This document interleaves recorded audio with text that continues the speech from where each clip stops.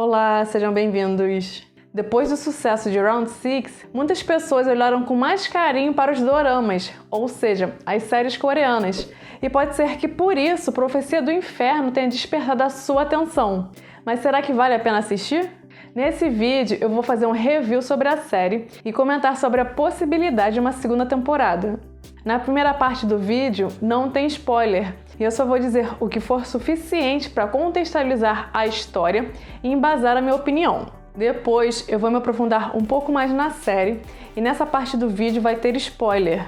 Mas não se preocupe porque eu vou avisar antes e se você não quiser ouvir, você pula para o minuto que vai aparecer na tela. Uma última coisa, por favor, clique no like se você gostar do vídeo, se inscreva no canal e ative o sininho para receber notificações e ficar sabendo dos próximos vídeos, combinado?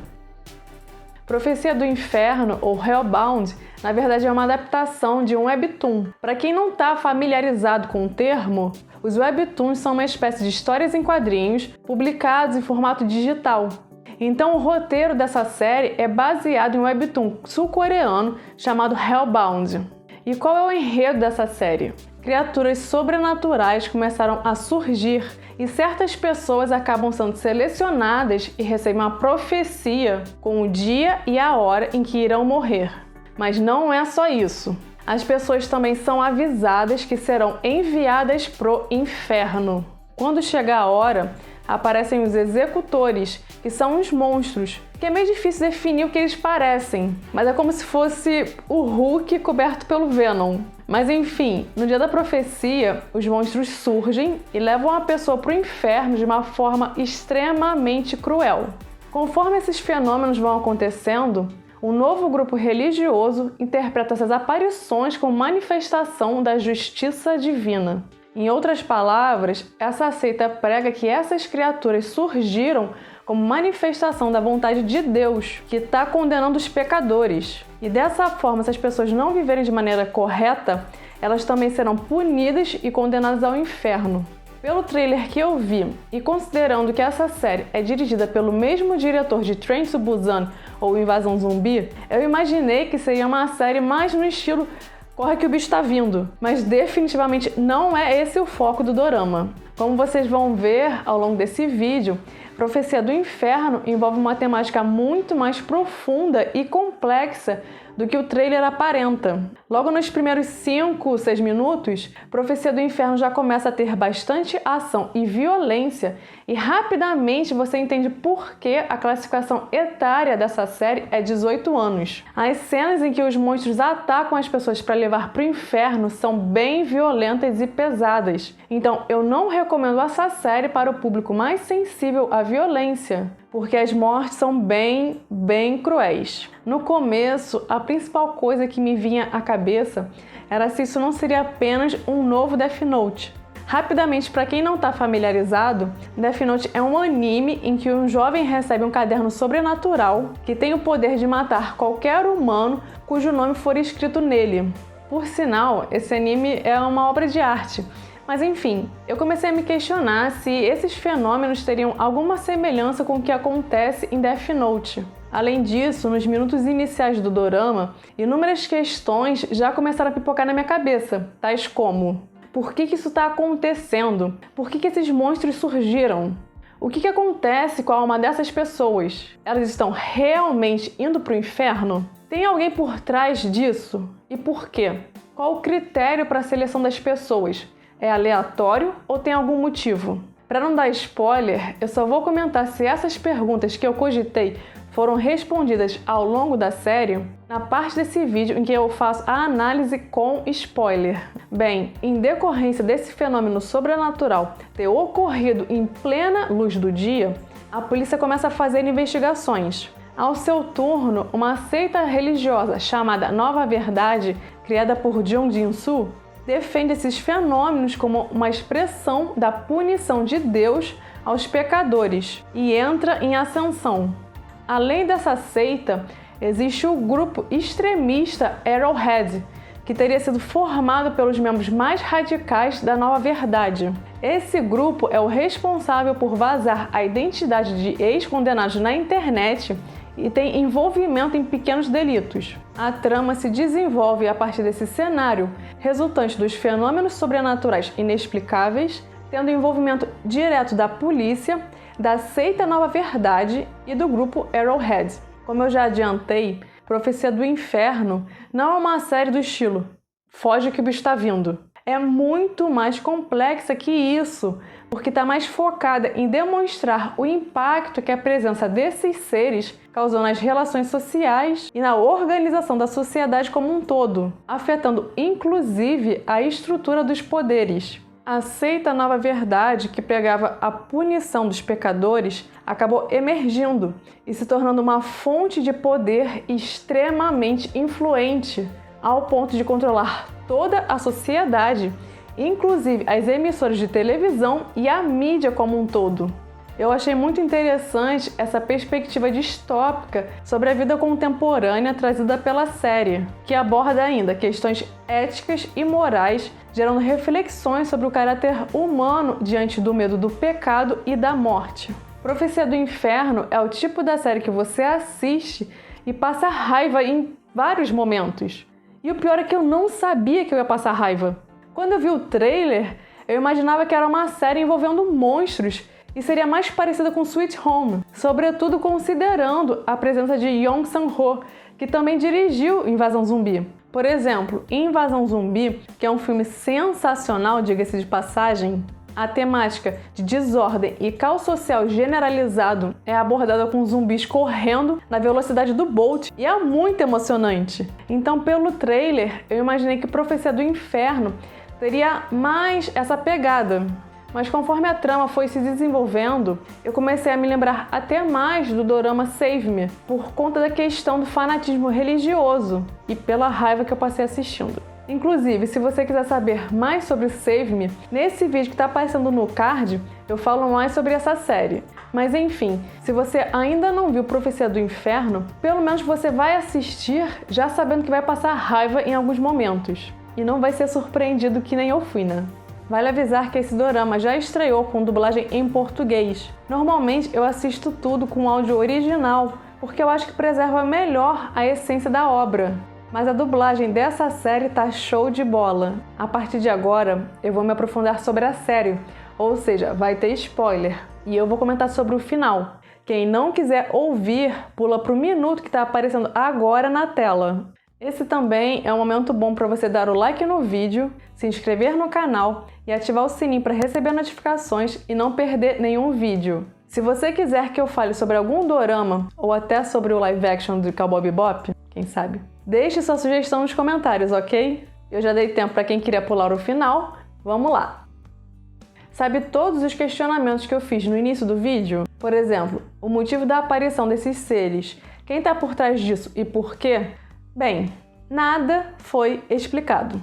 Todas as minhas dúvidas permanecem. Na real, a única coisa que foi esclarecida é que, em tese, a seleção das vítimas é aleatória. Isso fica claro no momento em que uma bebê recém-nascida, que obviamente não é uma pecadora, recebeu a sentença e morreria em 3 dias. Então, todos os questionamentos que eu levantei podem ser explorados em uma eventual segunda temporada. Mas daqui a pouco eu vou me aprofundar sobre isso. É uma série que não tem exatamente um protagonista específico, porque nos 3 primeiros episódios temos um grupo de personagens. Contudo, alguns acabam morrendo.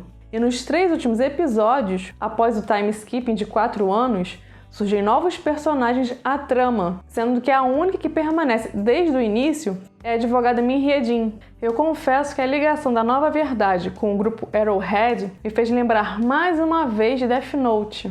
Como o Arrowhead fazia a divulgação dos nomes de ex-condenados, eu achei que dessa forma a pessoa que poderia estar comandando os monstros tinha acesso aos nomes e poderia direcionar os monstros para matar pessoas específicas, especialmente aquelas que cometeram crimes. E eu suspeitava que quem estava por trás disso era o presidente da seita, Jung Jin-soo.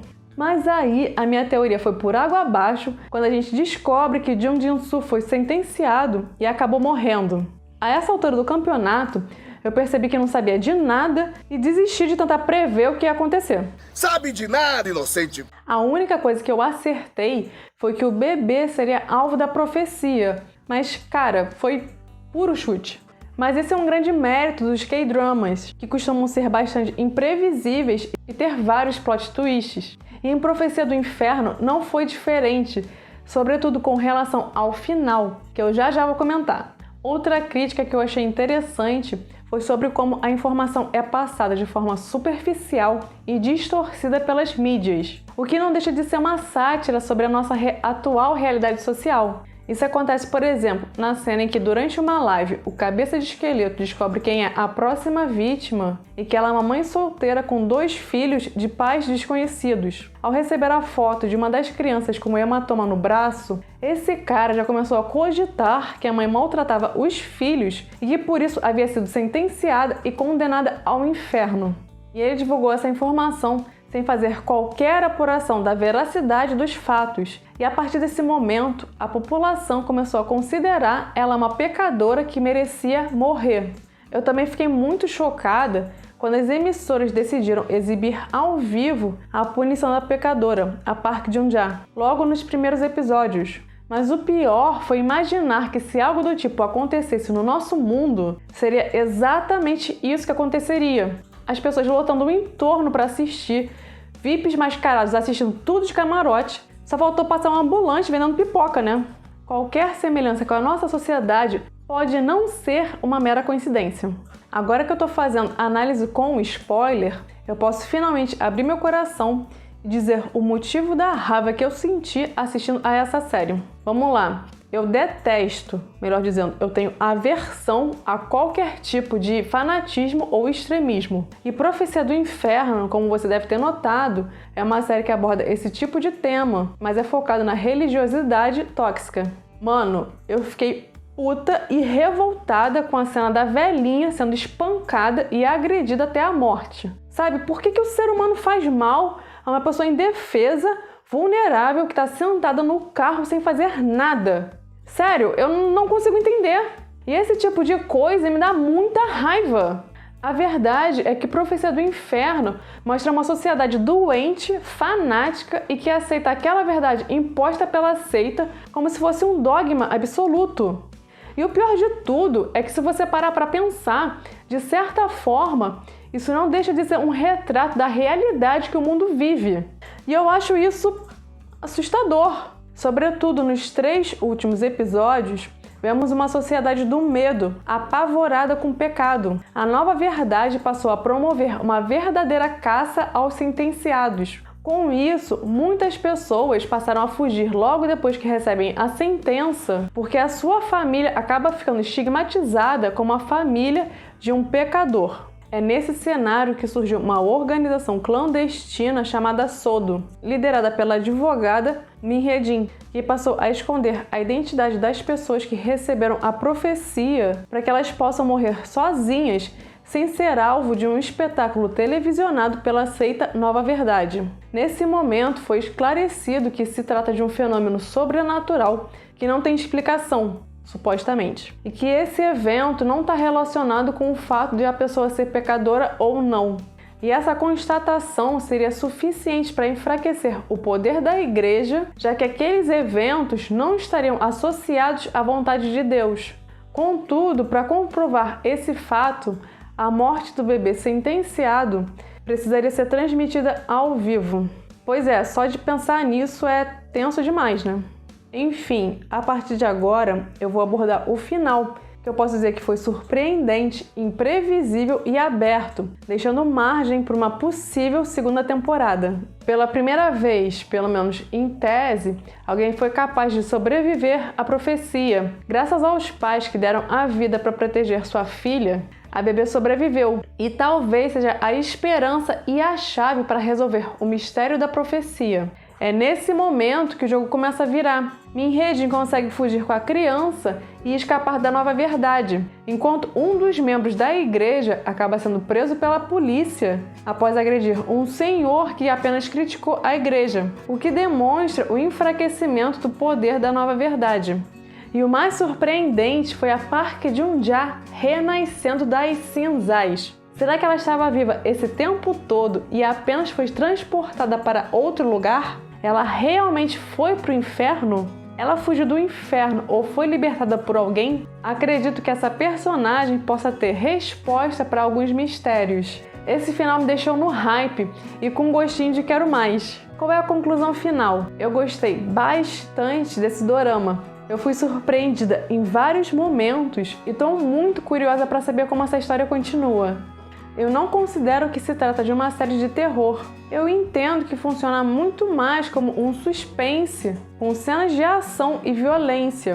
Mas enfim, quem ainda não assistiu merece dar uma chance a essa série. Depois volta aqui e me conta nos comentários o que achou. Mas se você já viu, então aproveita agora e já me conta a sua opinião. Com relação a uma possível segunda temporada dessa série, ainda não houve uma confirmação oficial, mas eu preciso fazer algumas considerações e explicar por que eu acredito na renovação do dorama.